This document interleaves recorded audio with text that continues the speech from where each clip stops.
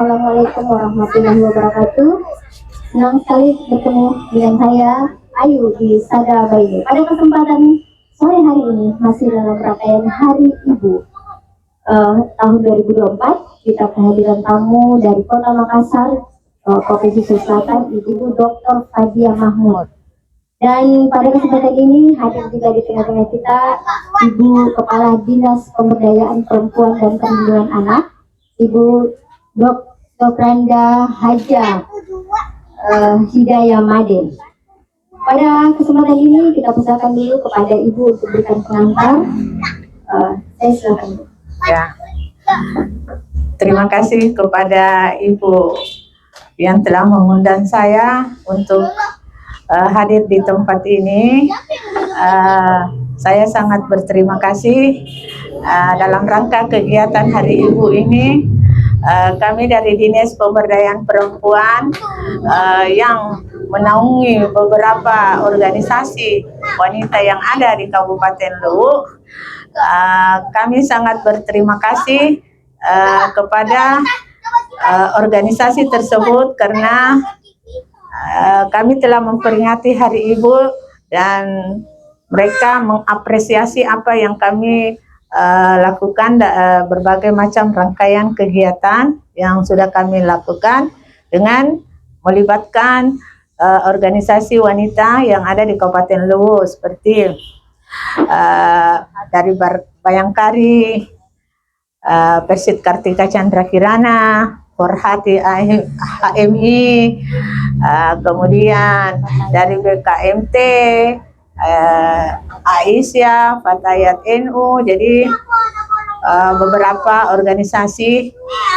Insya Allah itu akan menjadi potensi bagi perempuan jika mana organisasi tersebut bisa kita bina dengan baik dan kemudian bisa kita kembangkan sehingga akan menjadi bagaimana perempuan-perempuan yang ada di Kabupaten Luwu bisa menjadi perempuan yang mandiri, tangguh, seperti dikatakan oleh Ibu Dr. Fadia Mahmud bahwa perempuan itu harus menjadi perempuan mandiri dan perempuan tangguh. Mungkin seperti itu yang saya bisa memberikan pengantar.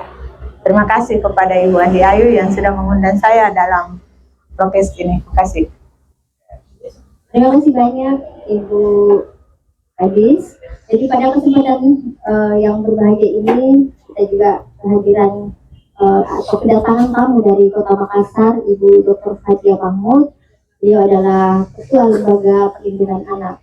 Dan tentunya ada langkah-langkah atau pencegahan yang nantinya akan kita ambil seperti apa peran-peran kita semua untuk bagaimana meminimalisir tingkat kekerasan terhadap perempuan dan khususnya anak. Ya. Saya persilakan dengan hormat Ibu Dr. Fadia, silakan.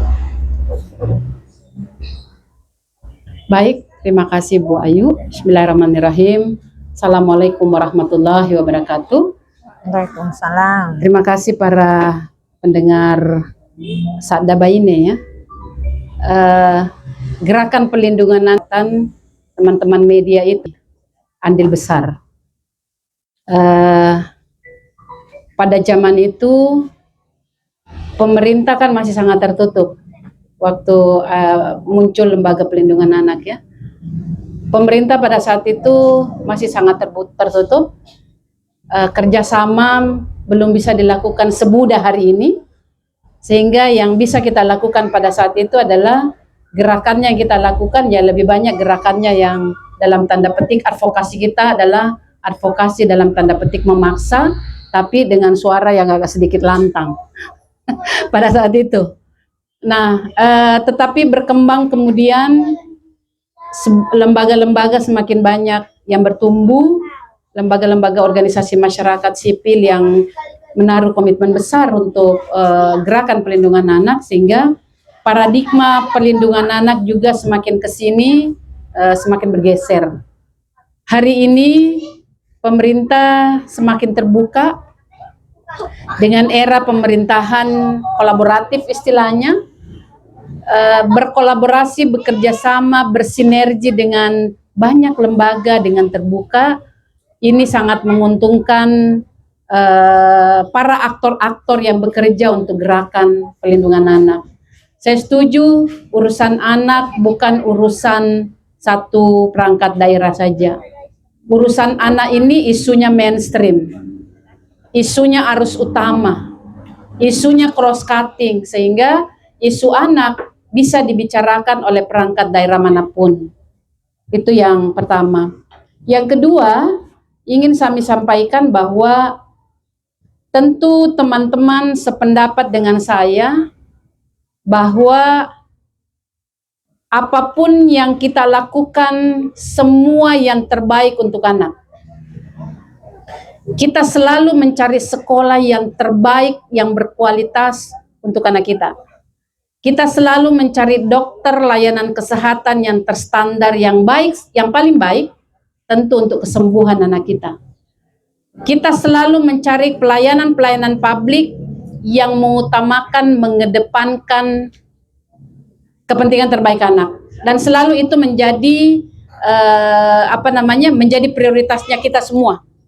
Itu artinya apa? Kita meletakkan urusan anak ini adalah urusan yang sangat penting. Kita menjadikan anak sebagai aset bangsa. Di lagu Indonesia Raya kita bangun jiwanya, bangun badannya. Dan di seluruh statement-statement pimpinan daerah selalu meletakkan bahwa kualitas pembangunan manusia itu menjadi prioritas. Kalau cerita pembangunan manusia, pasti kita cerita asetnya dulu. Apa yang kita lakukan untuk anak-anak kita begitu.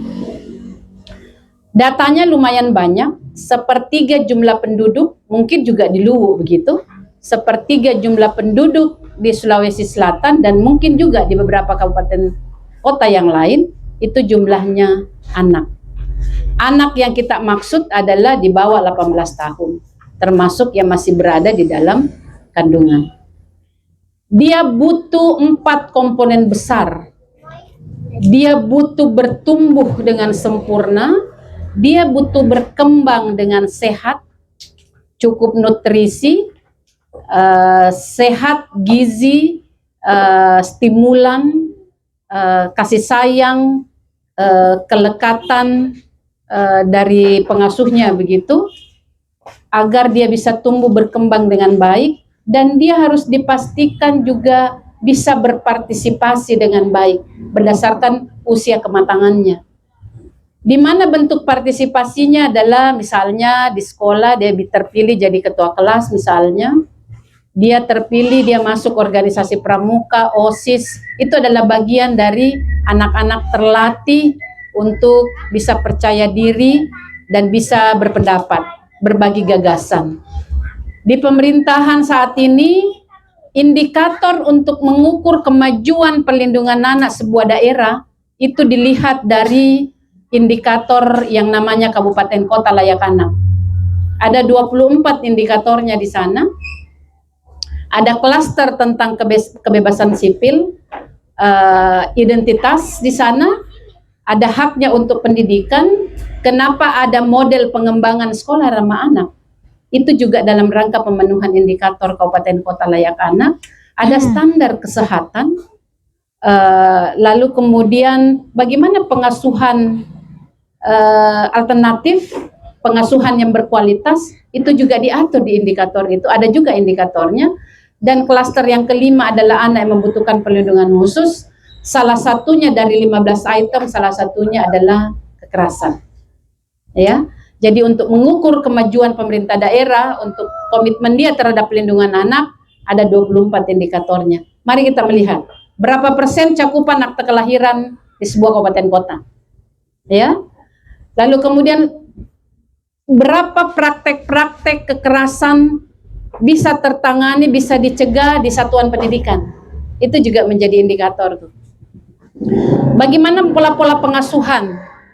Apakah pola-pola pengasuhan masih menggunakan praktek-praktek zaman dulu dengan cara-cara kekerasan? Di saat ini itu juga ada indikatornya. Jadi kalau kita melakukan praktek-praktek pengasuhan dengan cara kekerasan, kita nanti akan diukur dinilai dengan indikator di KLA. Kalau dia menurun, itu artinya komitmen kita untuk urusan anak itu masih dipertanyakan. Padahal semua kita setuju bahwa anak adalah aset. Semua kita setuju bahwa anak lah yang akan menggantikan generasi para pemimpin-pemimpin kita hari ini, yang akan menggantikan dia di 5-20 tahun yang akan datang adalah anak-anak kita. Dan tentu juga kita punya keinginan besar bahwa kualitas hidupnya akan jauh lebih baik. Dia jauh lebih cerdas, jauh lebih mampu mengendalikan dirinya. Tentu harapan kita seperti begitu.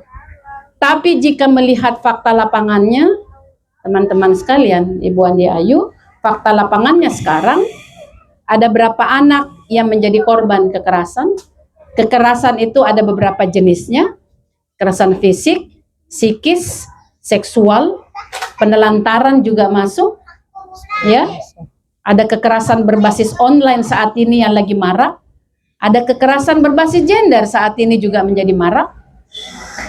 Dan siapa yang menjadi korban? Tentu anak. Spesifiknya kalau kekerasan seksual, siapa yang menjadi korban? Anak perempuan.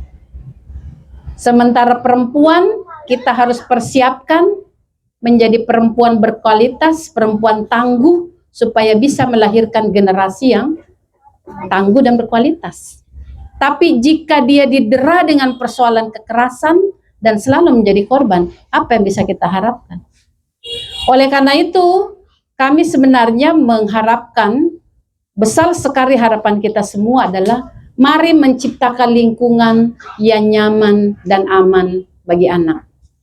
Di rumah, di sekolah, di ruang publik, mari ciptakan ruang yang aman dan nyaman buat mereka, supaya dia bisa berkreasi, dia bisa mengaktualisasikan minat bakatnya, sehingga dia menjadi anak-anak yang tangguh, adaptif, dia bisa bersaing dengan anak-anak manapun di dunia ini, ya kan, tanpa ada keluhan, tanpa ada dampak dan segala macam. Kalau dia sehat, tentu kita yakini dia bisa bersaing. Sorry, sebenarnya diksi titip ini kurang pas untuk anak, karena katanya titip itu hanya padanannya untuk benda, ya. Di anak bukan titip. Biasanya kita mempercayakan anak-anak kita itu dijaga oleh tetangga. Siapa dulu kalau kita ada urusan tiba-tiba, minta bantu dulu, saya punya anak. Siapa yang paling pertama kita mintai bantuan? Saudara, tetangga, siapa lagi? Mertua, teman, sahabat, orang tua. Tapi faktanya sekarang, siapa yang menjadi pelaku kekerasan? Semua orang yang dikenal. Pertanyaannya sekarang, lalu di mana tempat yang aman bagi anak? Di mana tempat yang aman bagi anak? Tidak sedikit angka kekerasan di satuan pendidikan juga terjadi, kan? Praktek bully, malpraktek pada saat proses pembelajaran, dengan dalih mendisiplinkan. Disiplin itu tidak kasar, tegas, tidak kasar, ya. Jadi mengajar bukan menghajar, kan begitu, ya. Jadi tugas-tugas kepolisian menghukum janganlah diambil alih oleh orang tua. Orang tua itu cukup membimbing, mengasuh anak dengan baik, muliakan dia, selalu beri dia pilihan-pilihan. Contoh, katanya yang menjadi tantangan besar saat ini kan adalah HP. Kita biasa hari ini juga menyebutkan bahwa HP itu sudah salah satu pengasuhan sekarang, itu sudah HP, sudah masuk urutan HP itu sebagai tempat pengasuhan. Apa istilahnya? Mengasuh. Anak menangis, anak marah, dikasih HP. Berarti proses pengasuhan di HP juga sudah bisa kita andalkan. Tapi begitu kita mau minta dia berhenti, kita setengah mati, kan? Maka dilabel lah anak-anak kita apa? Bandel, tidak mau mendengar.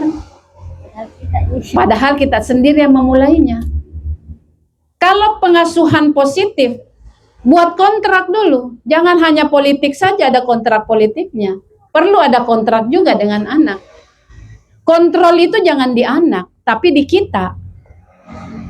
Kontrol di anak, kalau begitu kita ambil, dia menangis. Itu namanya kontrol ada di anak. Semua maunya kita layani, itu namanya kontrol di anak. Tapi untuk pengasuhan positif, kontrol itu ada di kita, di orang tua.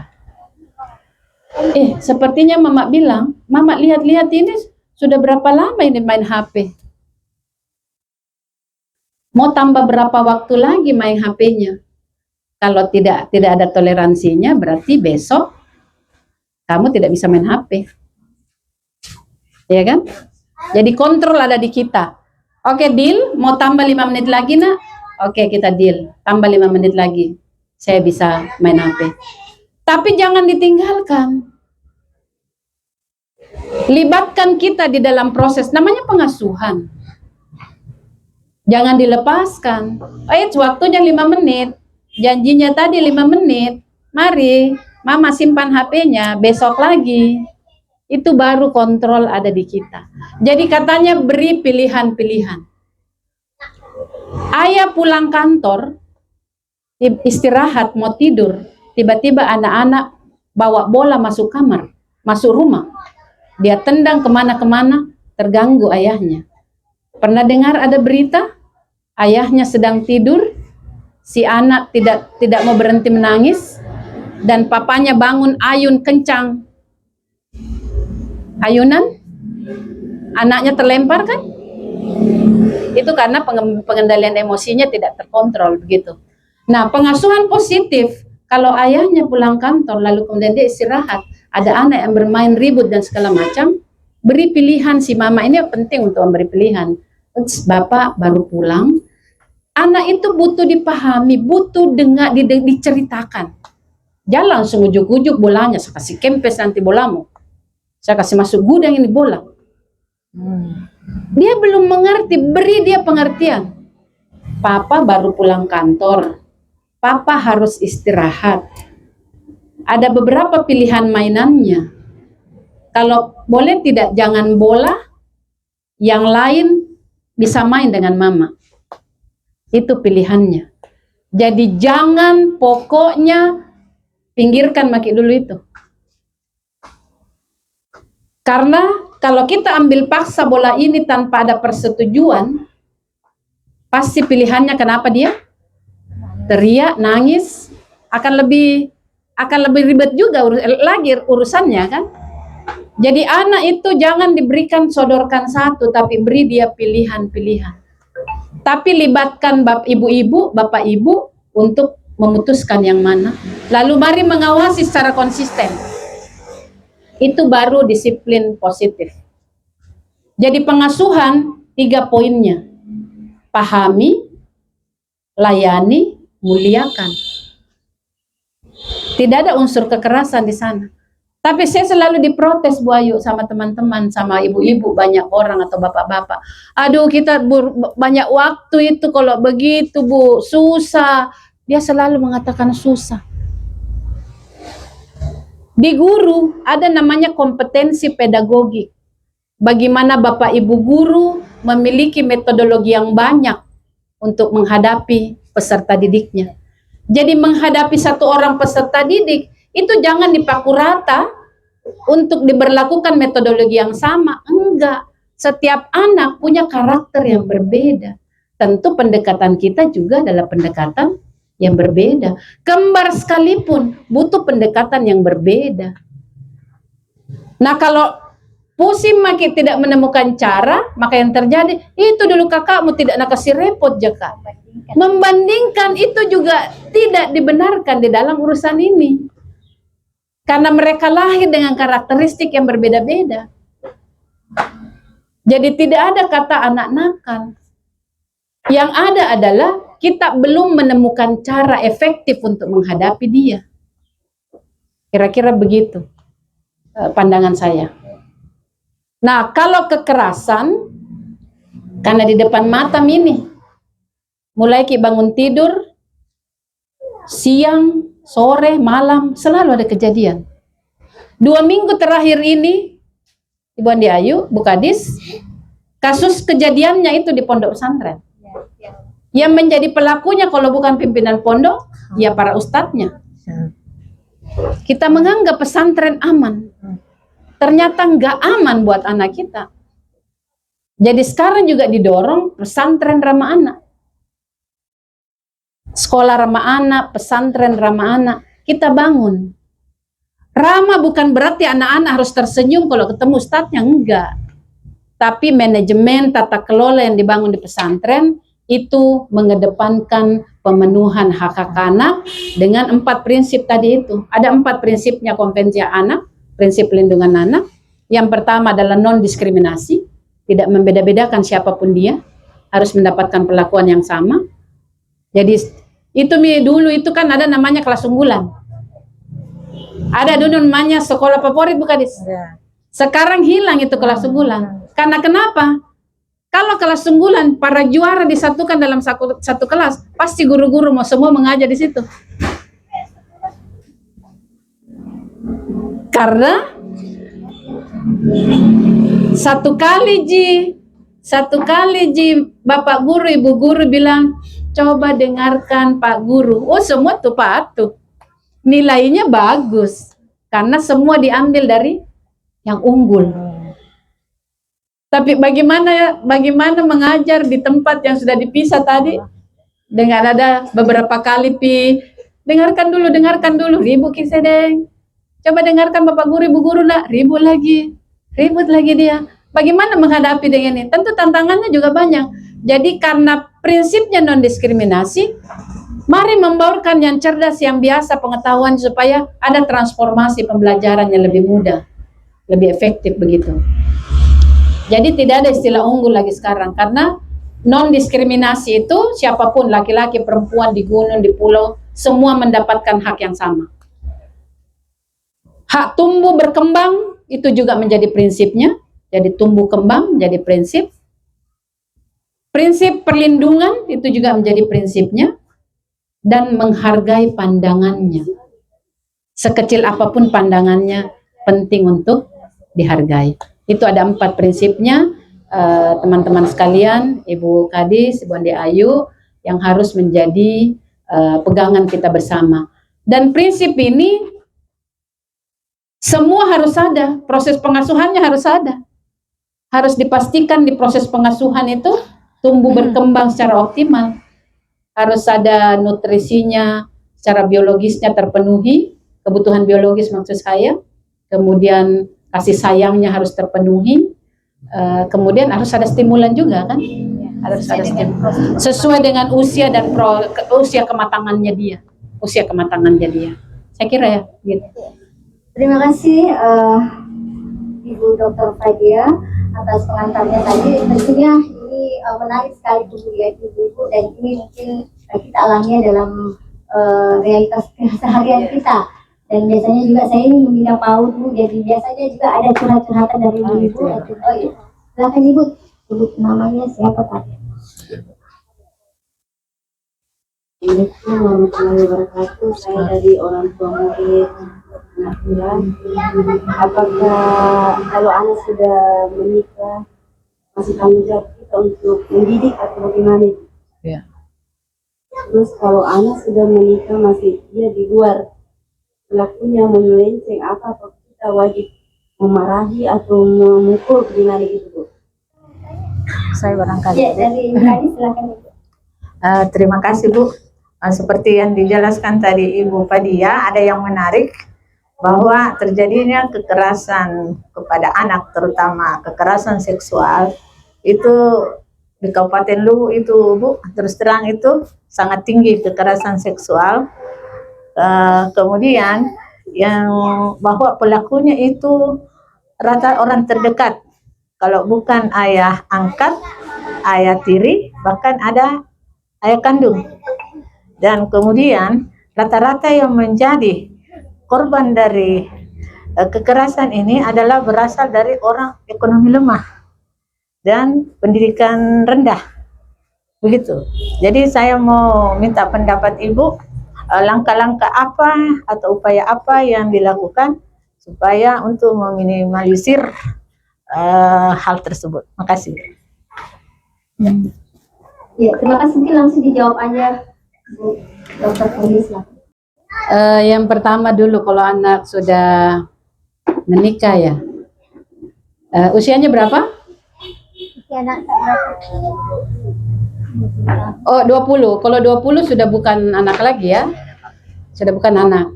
Kecuali kalau perkawinannya di bawah 18 tahun, itu masuk kategori kawinan anak.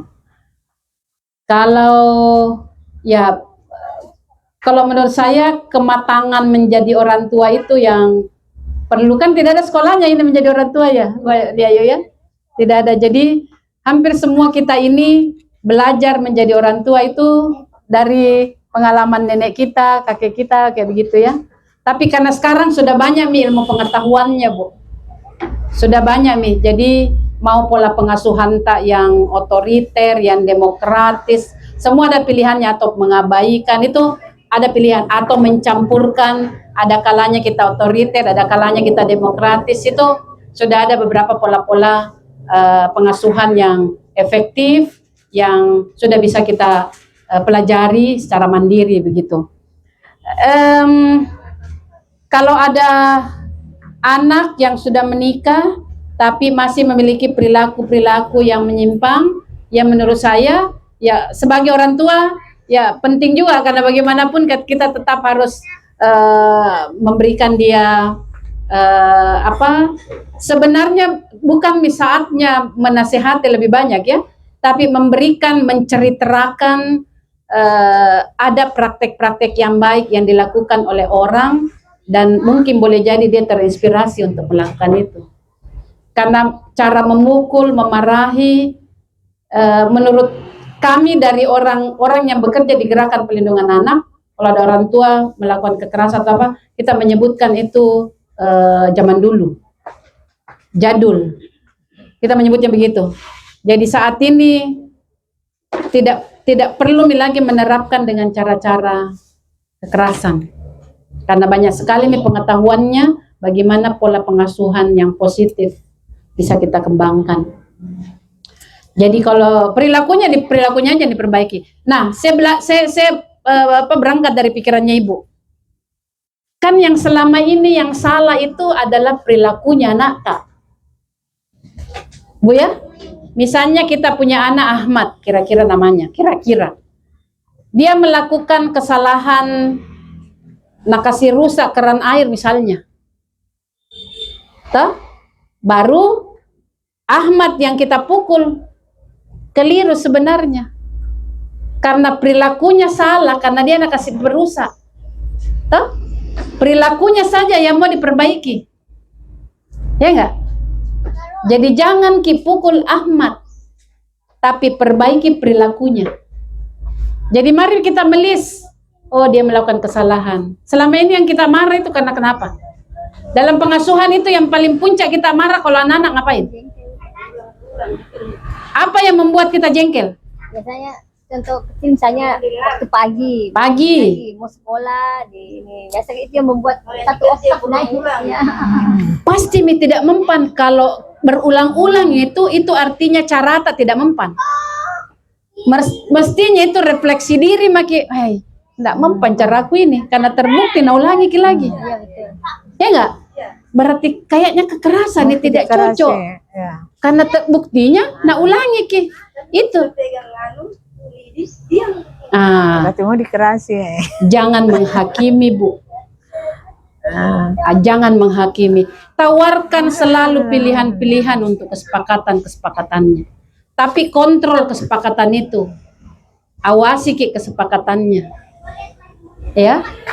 Makanya selalu kami bilang di sekolah, kalau menyusun peraturan tata tertib di sekolah, siapa saja yang terlibat, apakah perwakilan peserta didik juga terlibat atau tidak. Di sini kebetulan ada ibu guru juga ya. Penting melibatkan dia, karena peraturan ini nanti akan dipakai oleh dia. Kalau dia terlibat dari awal, itu artinya dia akan bertanggung jawab untuk mentaati itu kan. Sama juga kita, kalau ada program di desa tapi tidak pernah diundang rapat, tiba-tiba ada tandon tempat air ditimpan, Bu. Nah, kita tidak pernah diikutkan ini. Pasti bilang, IDE, kenapa nggak ada di situ disimpan? Cobanya itu, nah undang Ki, bisa kasih, itu artinya. Seandainya Bapak Ibu terlibat dalam perencanaan program itu, pasti ibu-ibu juga ikut bertanggung jawab menjaga ini. Ya enggak? Logikanya begitu. Sama saja anak, kenapa ada prinsip menghargai pandangannya?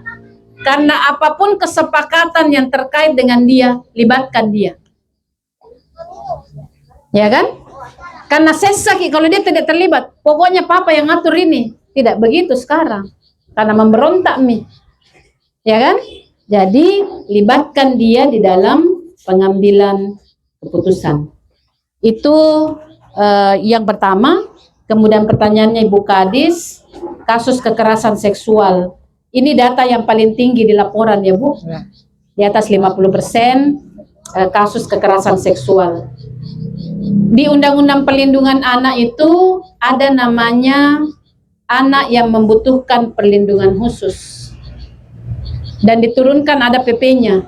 PP 78 2021 tentang perlindungan khusus bagi anak. Ada 15 item anak yang masuk kategori yang membutuhkan perlindungan khusus. Di Kabupaten Kota Layak Anak masuk klaster indikator klaster 5. Ya.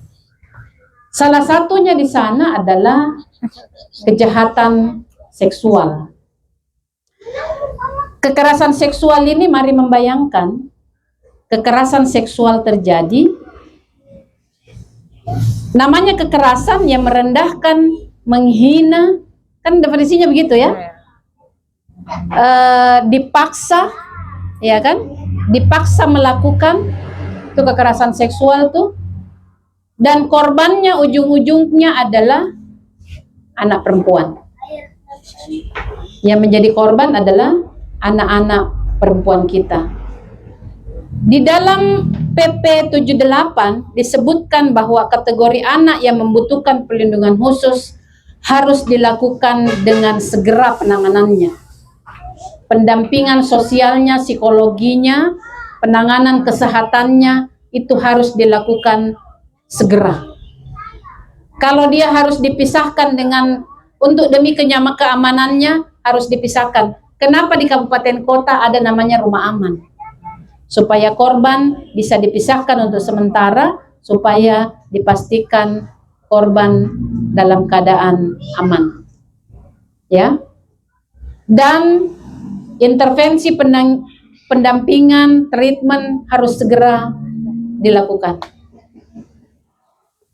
Dinas Pemberdayaan Perempuan Perlindungan Anak bukan dinas tidak sendiri. Dia harus merujuk kepada psikologi yang profesional begitu, kesehatan untuk memastikan status kesehatannya. Kalau dia anak sekolah, pastikan di sekolah dan pastikan juga identitas anak ini dirahasiakan. Ya kan? Dirahasiakan. Itu juga menjadi hak privasi anak. Kalau pelakunya orang terdekat, maka kalau kita tahu pelakunya, segera diproses karena tidak toleransi untuk kasus kekerasan seksual. Harus diproses hukum kan? Iya, harus tetap diproses hukum untuk kasus untuk kasus KS, ya. Nah, bagaimana dengan korban? Korban penting penanganan serius, ya. Menangani karena ada dampak kalau itu tidak selesai, ada dampak jangka pendeknya, ada dampak jangka panjangnya. Dia bisa trauma sepanjang hidupnya kalau itu tidak selesai kita treatment gitu. Kenapa ada asesmen psikolog biasanya untuk menentukan rekomendasi kebutuhan-kebutuhan apa yang dibutuhkan oleh anak, oleh korban. Makanya biasanya segera asesmen kebutuhan apa saja kira-kira dibutuhkan oleh korban dan juga keluarganya. Karena harus dipastikan itu bekerja secara bersama-sama. Kira-kira begitu. Nah sekarang bagaimana dengan pendampingannya? Sekarang di masyarakat itu juga teman-teman aktivis masyarakat sipil itu sudah mulai juga mempersiapkan teman-teman dari komunitas itu para legal. dia dilatih untuk melakukan pendampingan hukum, pelatihan dasar, agar ketika ada kasus-kasus yang membutuhkan pendampingan hukum, teman-teman bisa segera melakukan itu tindakan dasarnya, ya, sambil menunggu rujukan-rujukan untuk pendampingan hukum yang lebih komprehensif begitu. Ada paralegal juga. Nah, di Luwu ini saya kira Dinas Pemberdayaan Perempuan kalau mau perlu mempersiapkan juga perwakilan-perwakilan masyarakat yang punya komitmen, kepedulian seperti Bu Andi Ayu misalnya. Kita latih paralegal, Bu. Kita latih pendampingan. Karena ada tahapan-tahapan pendampingan kan. Mulai asesmen awal sampai dinyatakan bahwa kasus ini selesai, dinyatakan ditutup begitu. Ada beberapa tahapan-tahapan, ada beberapa keterampilan yang harus dimiliki oleh pendamping. Tidak mudah bekerja bersama anak karena ada kode etik juga yang harus kita perhatikan. Kode etiknya itu kita tidak sembarang membonceng korban kemana-mana. Itu kode etik tuh. Tidak sembarang bisa tidur di tempat tidur yang dia tempati tidur, pendamping nggak sembarang. Dengan alasannya sudah lama saya dampingi, tidak begitu, karena ada kode etiknya, ya kan? Anak ini dipastikan lukanya sembuh, Bapak Ibu, teman-teman. Karena itu teman-teman pendamping penting memiliki perspektif yang kuat juga untuk itu. Ya, saya kira itu. Nah, karena dampaknya ini kan yang kita khawatirkan bagi anak, karena masa depannya masih sangat panjang. Karena itu saya selalu bilang begini, jangan selalu menunggu, kenapa kayak ini sosial lama sekali baru respon, kenapa kayak ini DP3 belum turun. Yang harus Bapak Ibu teman-teman lakukan, apa yang paling mungkin Ibu bisa lakukan. Tindakan pertama apa yang bisa ibu-ibu teman-teman lakukan untuk menyelamatkan korban? Apa yang ada di ibu-ibu itu dulu, yang penting korban ini selamat. Yang pertama yang harus kita lakukan adalah pahami keadaannya. Jangan menambah lukanya. Jangan mendiskriminasi. Ya, menambah lukanya itu kalau sudah dibilang, aku bilang menton, jangan aku selalu jalan dengan dia. Aku bilang menton dulu tuh jangan aku selalu keluar kalau malam, itu kan namanya tidak berpihak kepada korban. Jadi langkah pertama yang harus kita lakukan adalah pahami keadaannya, terima keadaannya dulu korban. Baru kita bisa terima keadaannya bahwa dia sekarang menjadi korban. Jangan lagi selalu tidak kok, karena memang bilang menton nggak dari dulu kutanya. Please, jangan bilang begitu. Apa yang paling mungkin teman-teman bisa lakukan untuk bisa menyelamatkan korban sebagai tindakan awalnya. Setelah itu kan ada rujukan, kita bertelepon kemana-kemana, boleh dilakukan kayak gitu. Karena dampaknya yang kita khawatirkan, Bu. Ada anak-anak yang penanganannya tidak optimal, nggak sembuh sampai hari ini. Kalau dia tidak sembuh, akan berbahaya di masa depannya. Dia tidak bisa kelola emosinya, tiba-tiba trauma, ada kejadian yang sama, teringat lagi. Trauma lagi, dia tiba-tiba lari atau tiba-tiba berteriak, tiba-tiba menangis, itu kan nggak selesai. Mari bayangkan kalau dia nanti akan masuk fase berikutnya sebagai ibu rumah tangga misalnya, sementara traumanya belum sembuh, dia akan melahirkan, emosi belum terkendali, ketakutan, kecemasan masih melekat.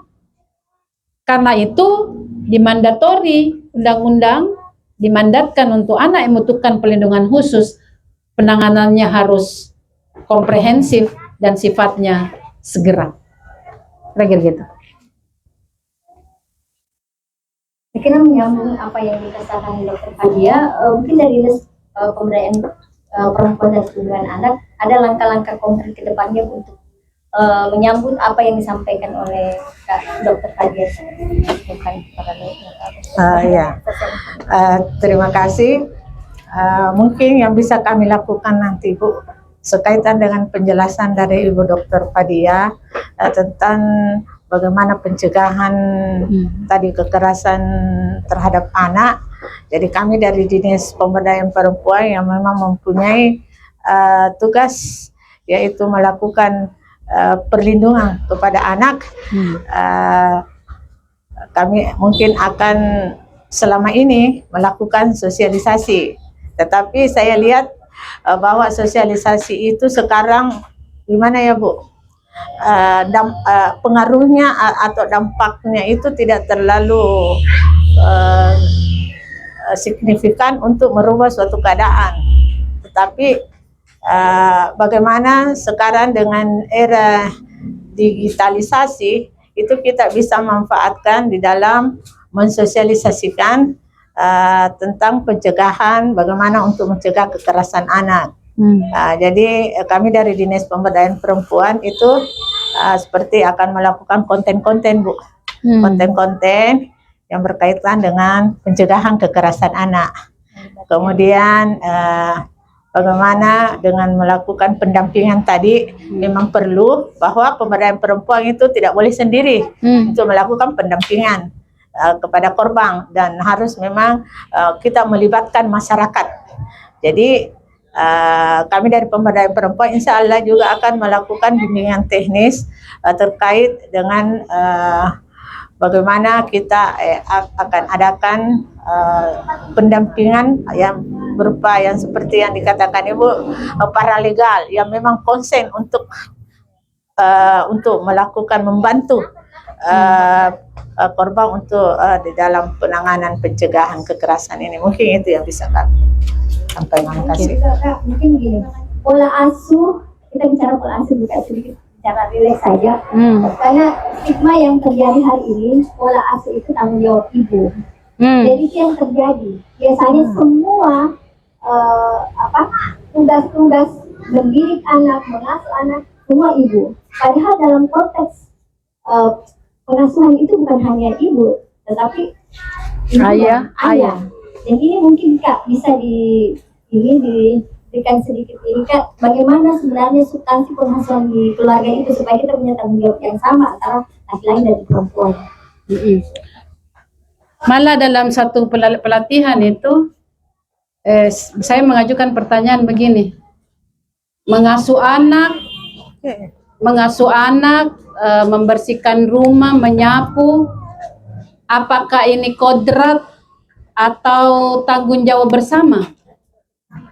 Jawabannya ada juga yang mengatakan bahwa itu kodrat. Keliru. Dan yang dimaksud kodrat itu adalah yang tidak bisa berganti. Yang di perempuan apa? Lahirkan, menstruasi, haid, potensi hamil ya. Ini hanya yang tidak bisa bertukar. Mengasuh anak itu urusan bersama. Bahkan kalau kualitas pengasuhan yang dilakukan secara berimbang, ayah dan ibu, itu kualitas anak itu berbeda juga.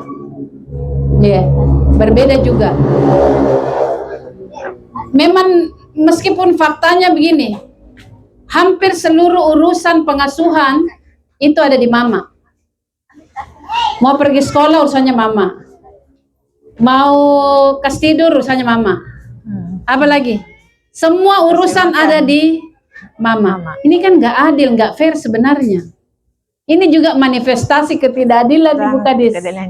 Ya, ini juga masuk manifestasi ketidakadilan.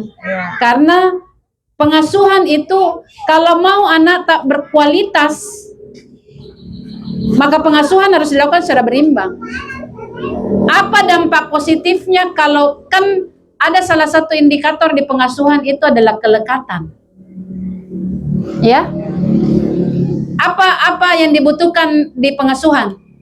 Apa saja dibutuhkan di pengasuhan? Butuh kasih sayang, butuh perhatian, ya kan? Butuh kesejahteraan. Dia butuh juga kelekatan. Kelekatan itu kan tidak hanya urusannya fisik dengan fisik, tidak. Tapi kelekatan itu adalah hubungan emosional dan respon yang cepat. Itu kelekatan tuh. Jadi kalau ada anak rewel atau apa, respon cepat. Bukan bilang, mak, anak itu mak, anak mah. Enggak. Itu harus dilakukan secara respon cepatnya bersama. Karena kalau kita kehilangan figur ayah, itu akan berbeda tumbuh kembangnya anak kalau ada campur tangan ayah dalam pengasuhan. Ada dampak positifnya kelekatan anak dengan ayahnya. Ada dampak positifnya, Bu. Selama ini katanya dalam faktanya kalau kita tanya, kalau urusan ke papa itu urusan apa saja? Dia bilang hanya minta uang. Toh? Hanya minta uang saja, selebihnya itu tidak. Jadi kami selalu bertanya sebenarnya ke bapak-bapak, apa hari waktu-waktu spesialnya bapak dengan anak tak? Pada saat kapan Ki ngobrol dengan anak tak? Kalau ditanya bapak begitu ya. Pada saat makan, selalu ada sambilnya. Sambil makan ngobrol, sambil nonton ngobrol, selalu ada sambilnya. Tidak pernah ada spesial waktu yang diluangkan untuk bercerita dengan anak tanpa diembel-embeli tadi itu. Tidak ada HP, tidak ada nonton, tidak ada apa, tapi ngobrol asik dengan ayah. Karena kenapa? Dampak ayah, pengasuhan, dampak kelekatan, itu pertama adalah kualitas emosinya anak itu bisa tertata dengan baik. Kalau ada kelekatan dengan ayahnya, dia mampu menyelesaikan persoalan dengan baik. Kalau berimbang antara ibu dan ayah, begitu. Jadi anak bisa menerima perbedaan, anak bisa berdiskusi dengan perbedaan pikiran tanpa melibatkan emosinya. Dia matang mengendalikan emosi karena ada kelekatan ibu dan ayahnya di dalam pengasuhan. Jadi banyak sekali dampaknya ayah sebenarnya dalam pengasuhan. Jadi keliru, nggak adil itu kalau pengasuhan hanya kepada mama saja atau ke ibu saja. Harus dilakukan tanggung jawabnya berdua. Jangan selalu dianggap begini, kalau ada anaknya rewel, urus saya itu anak tak rewel Ki. Tapi kalau ada anaknya juara, siapa dulu dong papanya? Kan enggak begitu. Jadi semua orang panen kebaikan kalau itu dilakukan secara bersama-sama. Jadi saran kami, problem sekarang sebenarnya persoalan anak muncul karena kita gagal mengintervensi akar masalahnya, Bu Kadis. Akar masalah itu ada di mana? Persoalan anak ini anak itu kan dampak.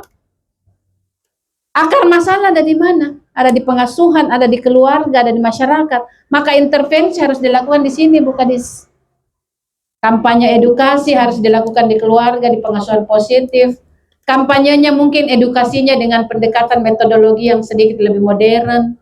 Tidak selalu mengundang ratusan orang, diceramai, sudah itu pulang. Kan nggak efektif juga. Tapi mari melakukan pendekatan-pendekatan yang lebih efektif, sedikit jumlahnya tapi dalam. Kita sudah edukasi, kita latih lagi, ada pendampingan lagi, uji coba lagi pengasuhannya. Itu bisa memungkinkan sebenarnya ada perubahan-perubahan signifikan yang berdampak loh ya. Jadi kami sebenarnya mengajak untuk bekerja di akar masalah. Akar masalah di pengasuhan. Maka mari bekerja di pengasuhan. Peningkatan kapasitas pengasuhan, edukasi pengasuhan, ya kan? Perkawinan anak juga ada akar masalahnya, kan bukan di anak. Anak itu dampak. Ya, jadi kita bekerja di 3 pendekatannya sebenarnya Bu Andi Ayu, Bu Kadis, ada 3 pendekatan perlindungan anak saat ini yang kita kembangkan adalah mengedepankan pencegahan, harus ada bekerja juga di penanggulangan resiko. Sudah ditahu Ibu Kadis 1 minggu, 2 minggu tidak pergi sekolah. Ini namanya penanggulangan resiko supaya dia tidak jadi DO. Ya kan? Harus ada deteksi dini dulu dilakukan. Ada masalah apa ya? Kenapa dia tidak sekolah ya?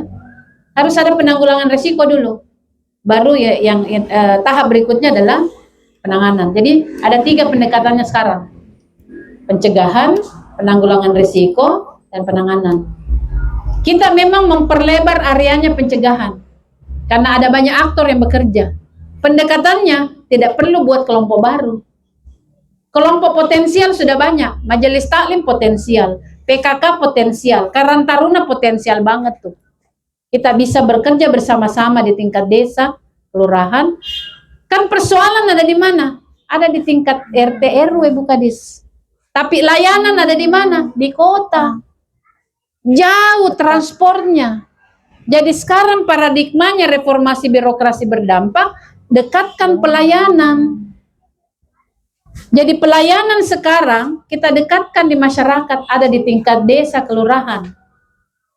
Ya kan? Latih petugas di sana untuk melakukan pendampingan pelayanan. Karena begitu ada kasus di sana kan ada banyak aktor. Ada Babim Kaptipmas, ada Babinsa, ada tokoh agama, tokoh adat, tokoh masyarakat berpengaruh, semua ada di desa. Kalau modal sosial kata Kak Sam, kan 3 unsurnya modal sosial. Harus ada normanya, harus ada hubungan yang terbangun, dan harus ada kepercayaan kan. Nah kita percaya semua ini aktor. Jadi kalau ada kasus yang ada di desa, perkawinan anak bisa dimediasi, dibicarakan supaya itu ditunda, dibatalkan. Ada perkelahian antar kampung, bisa dibicarakan. Kalau ditunggu layanan ke kota, boros biaya, Bu. Ya. Dan banyak masyarakat juga tidak mau. Tidak punya uang. Masa pergi ke kasus kekerasan seksual, pergi ke melapor di sana. Penting didampingi, lekatkan layanan, dipastikan kalau kau harus melapor, kau harus bicara, ya, kita harus bicara, harus dilatih memang. Nah sekarang forum mana itu tugasnya adalah pelopor dan pelapor. Dia diminta untuk menjadi agen pelopor-pelapor juga, supaya dia bantu teman-temannya begitu, supaya teman-temannya bisa berbicara kalau dia menjadi korban begitu. Jadi terima kasih Luwu sudah mulai terbuka, sudah mulai berbenah untuk membangun gerakan besar. Mari menyelamatkan anak-anak kita yang sepertiga jumlah penduduknya. Pastikan kehidupannya jauh lebih aman dan nyaman. Dan bebaskan dia dari segala tindak kekerasan dalam bentuk apapun. Saya kira itu. Terima kasih banyak. Assalamualaikum warahmatullahi wabarakatuh. Waalaikumsalam warahmatullahi wabarakatuh. Terima kasih. Jadi apa yang disampaikan Ibu Kadis Pendayang dan Perlindungan Anak Kabupaten Luwu menjadi sebuah gaya tersambut mungkin untuk para aktivis perempuan yang ada di Kabupaten Luwu, supaya kita bisa memberikan sumbangsi terbaik untuk Kabupaten Luwu bagaimana meminimalisir kekerasan terhadap perempuan dan anak. Dan tentunya kita apresiasi yang sangat besar buat Ibu Kadis, beliau punya komitmen yang kuat. Insya Allah kami dari teman-teman aktivis perempuan, organisasi perempuan di sini ada Aisyah, ada Forhati, tentunya kita akan berkomitmen bersama untuk insya Allah akan menjadi bagian dari pencegahan kekerasan terhadap perempuan dan anak. Ya, para pemirsa yang ada di studio ataupun yang ada di rumah, saya pikir pada kesempatan yang berbahagia ini kita sudah banyak mendengarkan dari Ibu Kadis dan Ibu Dr. Fadia terkait dampak dan kekerasan terhadap anak khususnya yang ada di Kabupaten Luwu. Dan tentunya kata terakhir dari kami bahwa tentunya ini adalah tanggung jawab kita semua, tanggung jawab semua elemen masyarakat, jangan melakukan pembiaran terhadap apa yang terjadi di sekitar kita.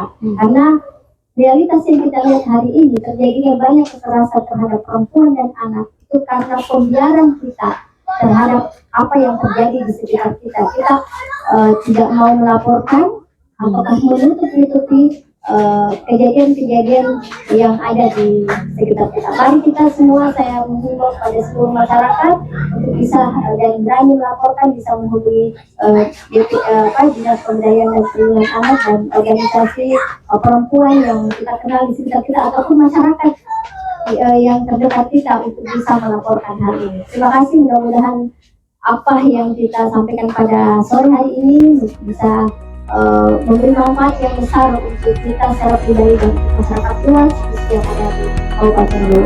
Terima kasih buat kami sahabat dan kesempatan untuk Assalamualaikum warahmatullahi wabarakatuh. Waalaikumsalam warahmatullahi wabarakatuh.